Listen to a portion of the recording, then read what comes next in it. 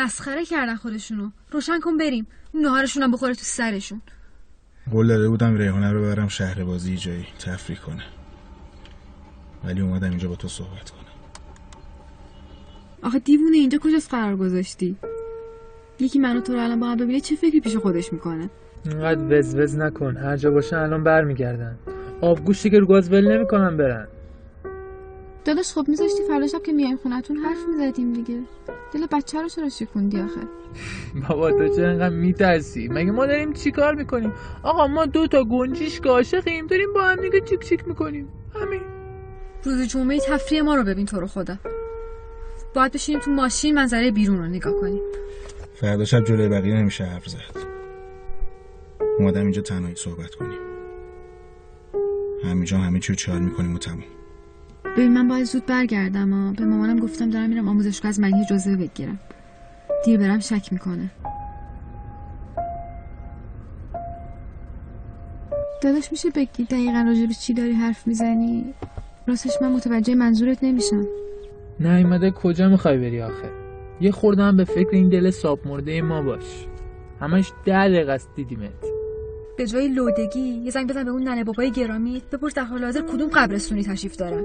مامان پشت تلفن بغض کرده بود وقتی داشت تعریف میکرد. اولش باورم نشد. گفتم آبجی کوچیکه، من خانم‌تر از این حرفاست. من خیلی تنهام مهران، خیلی. دیشب تا خود صبح داشتم به اون آهنگی که ایمیل کرده بودی گوش میکردم. اونقدر باش گریه کردم که چشام داشت از کاسه در میومد. مهران من نمیخوام از دستت بدم. هرچی باشه ننه بابای تو بهترن که یه سال هیچ خبری از همون نمیگیرن. الو سلام مامان، مهمون دعوت میکنی میذاری میریم؟ با ما پشت در موندیم. کجایین شما؟ باشه زود بیاین. خداحافظ.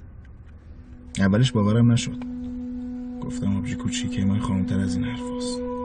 نیم ساعت بعد بابا چند تا از پیامکات و قائمکی واسم فوروارد کرد. خیلی دوست دارم مریم، بیشتر از اون چیزی که فکرشو بکنی. تو فقط یه خورده دیگه صبر کن. باور کن من همین که بتونم خودم رو جمع جور کنم میام جلو. یه لحظه هم معطل نمیکنم. نیم ساعت بعد بابا چند تا از پیامکات و قائمکی واسم فوروارد کرد. وقتی خوندمشون دست پام یهو شل شد. خانواده‌ام اصرار دارن هر چه زودتر ازدواج کنم. زمان به نفع من و تو جلو نمیره. هر کاری میخوای بکنی فقط زودتر. با اون خانواده‌شت بگو یه خورده از پول خوردهای تعجیبشو کارت به کارت بکنه بدیم به این مرتیکه صابری. بگو میزنیم پای جایزه‌ای که ندادید. داداش تو رو خدا فکرای عجیب و غریب نکن. به خدا ما فقط چند باری همدیگه رو دیدیم و با هم حرف زدیم، همین. مهران قراره با خانواده‌اش چند وقت دیگه بیاد خواستگاری. دیشب قضیه خودمون رو به مادرم گفتم. واکنشش اصلا خوب نبود. قانع کردن این زمان میبره، ولی میشه. من اگه بدون جهیزی و عروسی افسارمو دادم دست تو واسه خاطر این بودش که خانواده‌ام تو رو به آدمیت قبولت نداشتن. اگه یکی با طرفدار باشه الان منم نه تو. اونا اعتقادات خودشونو دارن. اگه بفهمن من و تو بیخبر با هم آشنا شدیم دیگه محاله بذارن به هم برسیم. حیا و نجابت و محرم و نامحرم و واسه همین گذاشتی زیر پات که میخوای ازدواج کنی؟ من فکر نمی‌کردم اینقدر چه سفید شده باشی. این پسره جلنبر شوهر یه دوست پسر. سلام به روی ماه همه اونایی که عاشقن، عاشق زندگی‌ان، عاشق همه آدم‌های خوبی‌ان که حتی گذرا از کنارشون رد میشن. خدا کنه امروز همون روزی باشه که شما کلی دنبالش بودید. عجب داستانی داریم ما. برو یه تقویم بذار جلوشون، بهشون بگو بابا ما تو سال 92 ایم. الان شرایط با 40 سال قبل خیلی فرق کرده. بفهمین تو رو خدا. داداش اصلا تقویم امسالو دیدی؟ شما چرا نمیخواین قبول کنین الان با 40 سال قبل فرق کرده؟ مثلا قرص میخوری بگی اعصابت خیلی خورده ها؟ همش ادا، همش اطوار، حال آدمو به هم میزنه. کمبود محبت داره خفه میشه بدبخت. چند روز حسابی دارن رو مخم کار میکنن که همین پسر همسایه پایینی رو قبول کنم. پسرم از شانسمون حسابی فول آپشنه. بیشتر از حرف زدن دیگه چیکار می‌خواستی بکنی ها؟ نکنه میخواستی با لعنت بخشیتون ازدواج یعنی که عقل و دلت با هم انتخاب کنن، نه اینکه هر کدومشون واسه خودشون یه سازی بزنن. عقل میگه این پسره نه، چون حداقل 10 جاش پنچری داره. از شرف و دین و ایمونش هم همین بس که ناموس مردم رو اینجوری کشونده به بازی. روشن نکن اون لعنتی رو. خودتو من به جهنم. لااقل فکر این حماقت مشترکمون باش که 2 روز دیگه این خودت معیوب به دنیا نیاد. چش، من به خاطر تو سیگار رو که ترک میکنم هیچی، اصلا این شهر و دیار رو ترک میکنم. میرم مثل فرهاد با تیشه میفتم به جون بیستون. خوبه شیرین من.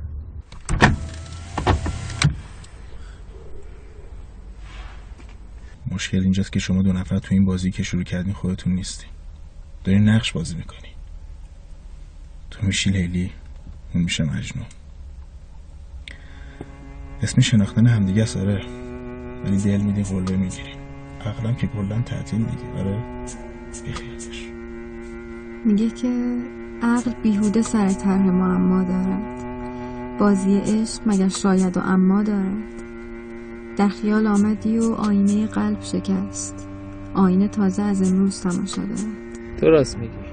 فوقش میشه یه احمقی مثل من که خر شدم و با یه احمق تر از خودم ازدواج کردم. شماها اونو درست نشناختین. اصلا من حاضرم با همه سختیاش کنار بیام. پای عشق که وسط باشه همه چی آسون میشه. من میگم اگه بچه‌مون پسر شد اسمشو بذاریم سهیل، اگر هم دختر شد خدای ناکرده دختر شد میذاریم پالمیرا. نظره؟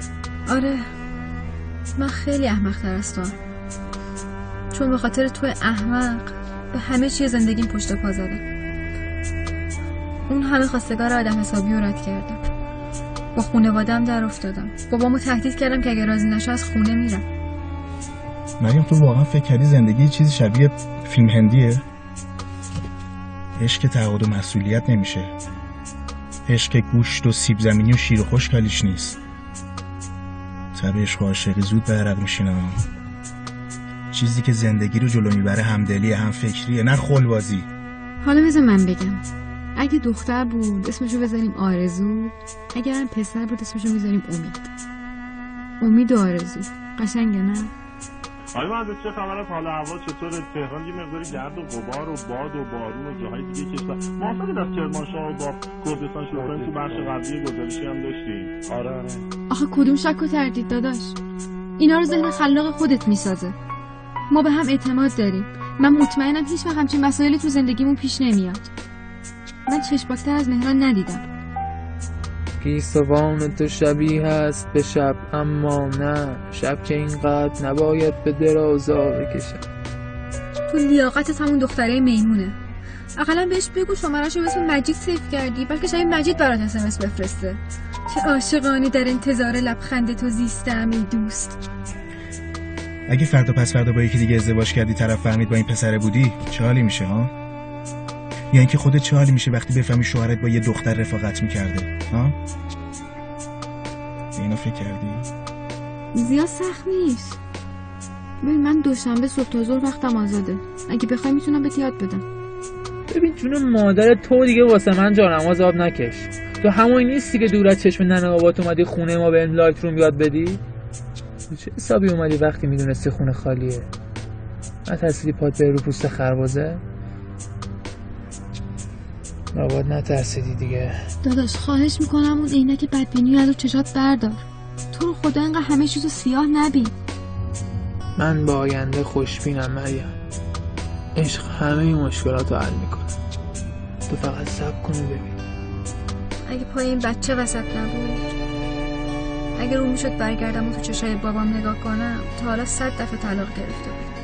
تو این شهر کم نیستن لیلی و مجنونی که روزای اول واسه هم میمردن،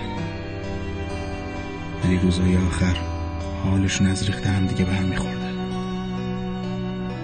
تو هم میخوای یکی از اونا بشی؟ پس داداشم به دوست دارم. ببین جرأت رفتن نداری منتشو سر من نذار. فکر کردی اگه بخوای بری جلو تو میگیرم؟ اصلا همین الان برو. اون حماقت مشترکمونم مال خودت. یادگاری نگرش دار. داداش این حرف آخرم. من کوتاه نمیام.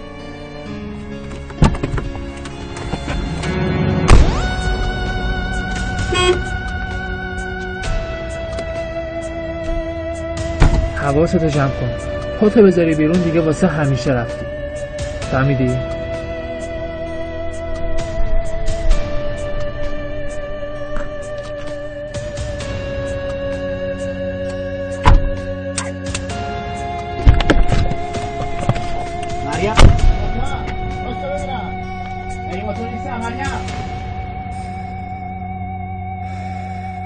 کجا رو داری بری بدبخت؟ گل زدیم به زندگی هم، رفت به کارش دیگه. فیلم هندی بازی کردن نداری که.